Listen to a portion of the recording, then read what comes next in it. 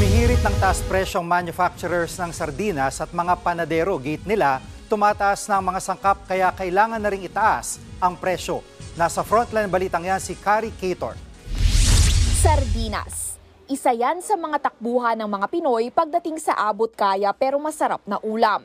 Si Jesusa matik daw na kumukuha ng sardinas tuwing nag-grocery. Hindi talaga mawawala yan kasi yun lang ang pagmasa kaysa ditong mga corned beef ang mahal. Pero paano na lang kung pati sardinas ay tumaas din ang presyo? Sana wag naman. Kasi kawawa naman yung mga mahihirap kagaya namin.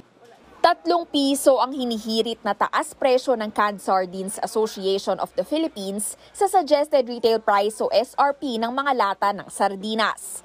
Noong nakaraang taon pa raw nila yan hinihiling sa Department of Trade and Industry pero hindi pa rin sila napagbibigyan. Hindi nila inaksyonan yung request ng mga sardine manufacturers. Kaya nga kami nagrereklamo na, dami na nagkakanlulugi. Tatlong kumpanya na ang nag-stop o nag-suspend na operation.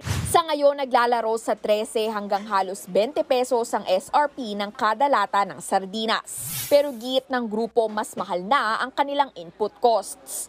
Bukod sa nagtaas na ang presyo ng isda, gasolina at mga lata, iniinda rin ng manufacturers ang ipinatupad na wage hike sa Metro Manila at ilang rehiyon nitong mga nagdaang buwan. Kaya naman kung hindi raw mapagbibigyan ang kanilang hirit, posibleng magsuspinde na ng operasyon ng ilang brand. Bukod sa sardinas, nagbabadya rin ang taas presyo sa Pinoy Tasty. 5 piso ang hinihiling na dagdag ng Philippine Baking Industry Group o PhilBaking sa kada balot. Nagmahal na raw kasi ang mga materyales para sa paggawa sa tinapay. Tiyempo pang papasok na tayo sa holiday season. Bakeries are affected.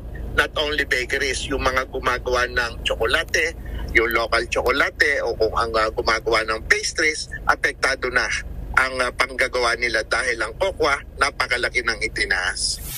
Sa ngayon, pumapalo sa higit 50 pesos ang kada balot ng Pinoy Tasty sa ilang supermarket.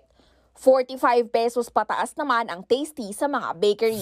Naunang sinabi ng DTI na patuloy pa rin nilang pinag-aaralan ang hiling ng manufacturers. Nagbabalita mula sa Frontline, Kari Cator, News 5. Mga kapatid, Jiggy Manikad po, iba na ang may alam at may pakialam sa panahon ngayon. Para sa konkreto, kumpleto at komprehensibong balitaan sa Frontline, mag-follow at mag-subscribe sa social media pages ng News 5.